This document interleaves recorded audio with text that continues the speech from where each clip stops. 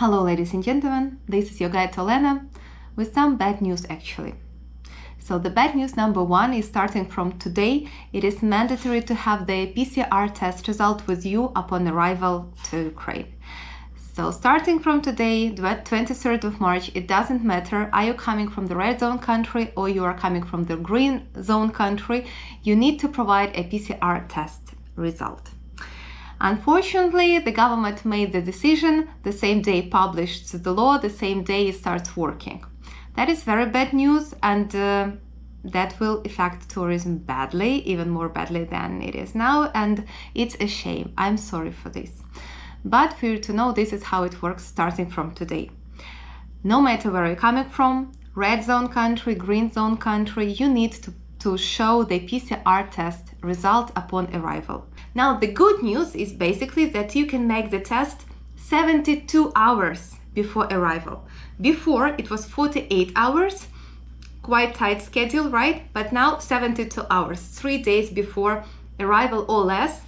This time you can make the PCR test and you can show the result just on your mobile phone. It should be in English language. Well, that makes it a little bit easier.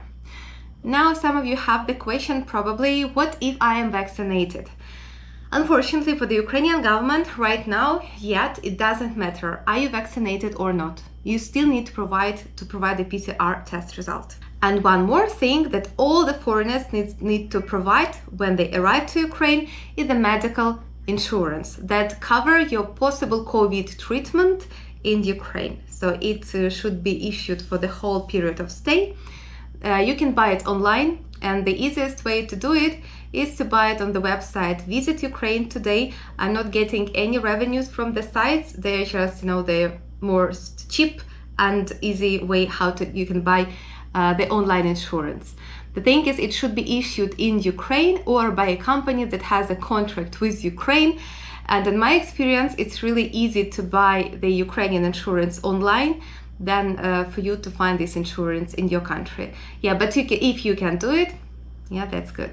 What else? The borders of Ukraine remain open, so all the airports, checkpoints, all that is working, so you can enter Ukraine if you have a good reason for this. Yeah, you can do this.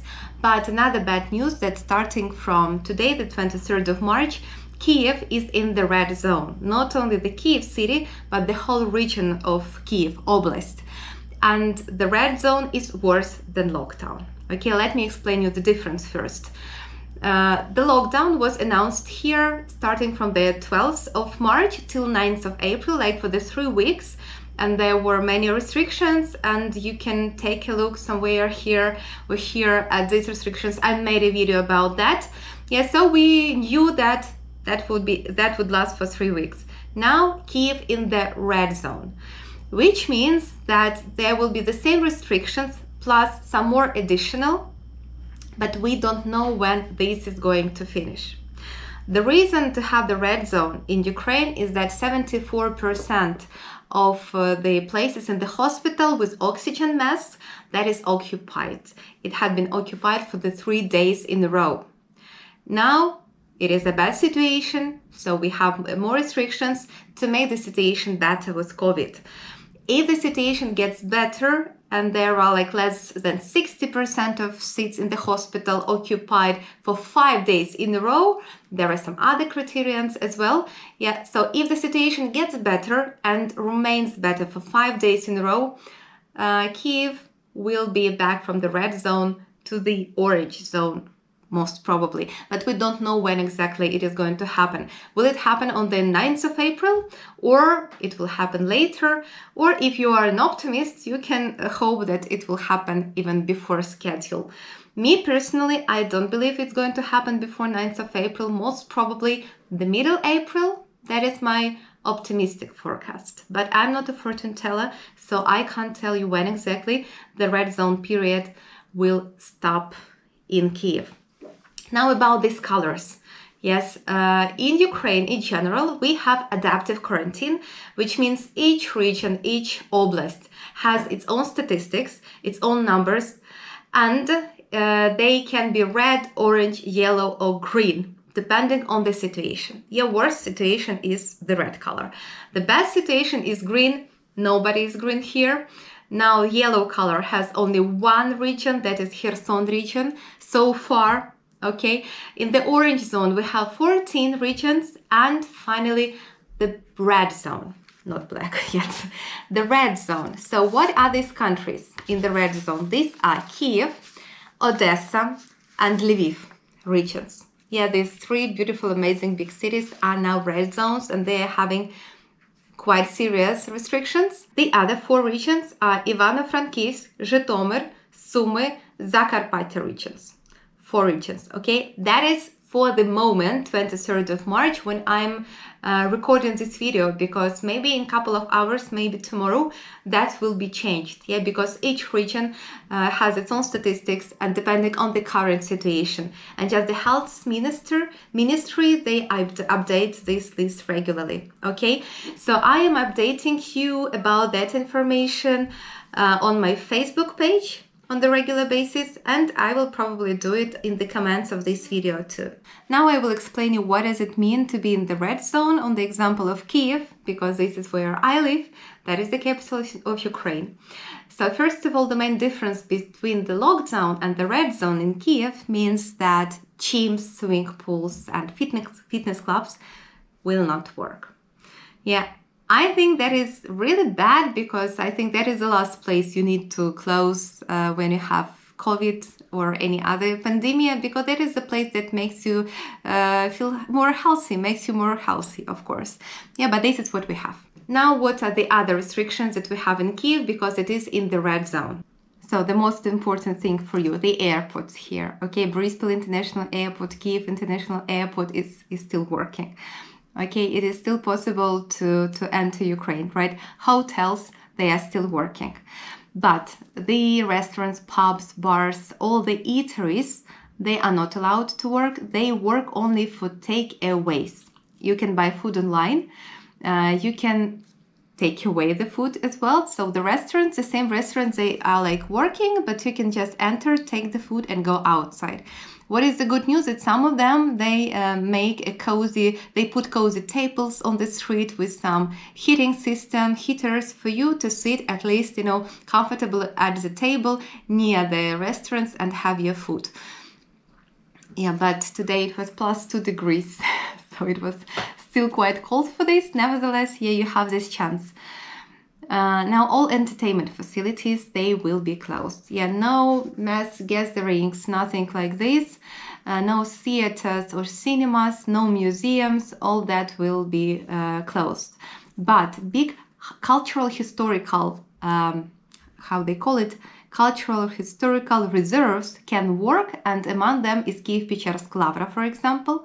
As well, good news is the churches and cathedrals that are not museums here, but functioning church, like St. Michael's, for example, it will keep working.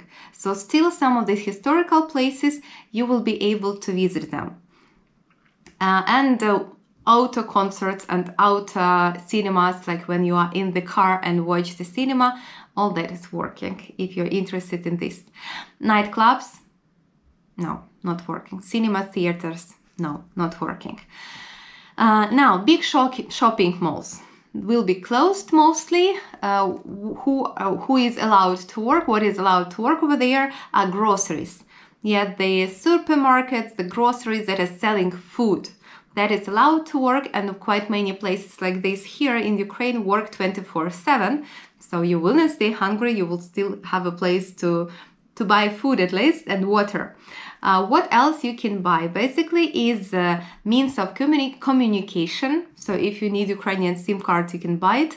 Printed media, like newspapers, seeds for planting, and chemicals to take care of the plants.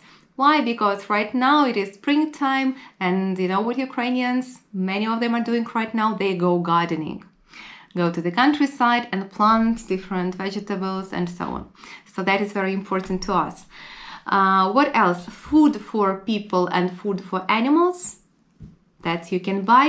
Hygiene products, you can buy it. Household chemicals and some other household products, you can buy it too. Okay, now pharmacies can sell medical products and medical drugs. Okay, Gas station, they keep selling gas and fuel, but no food. Non-food markets are not allowed to work. Okay, only food markets are allowed to work. Bank and post offices will keep working. Services that repair cars and repair household, domestic appliances will work too. Media will work. Kindergartens and elementary school will work, but the higher, like secondary school, high school, colleges, universities, institutes, all that will not be working in the classes. That will be remotely. Yeah, the online education. Be prepared for this. Gyms, swimming pools, fitness clubs, no, they are not allowed to work. Beauty salons can work by appointments. Okay, strange. Now regarding transport. Public transport here in Kyiv keeps working, yeah, but only 50% of the seats can be occupied. Most probably you will use taxi if you come here. Taxis are working as usually. In the private passenger cars, there are some restrictions. There should be not more than 5 adults in the private passenger car, and there can be kids as well. Yeah, just maximum 5 adults with kids.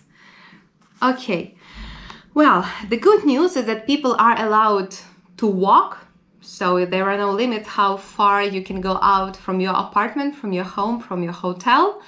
Yeah, and it gets warmer a little bit. Right now it is spring and it will get warmer and warmer. Spring is coming.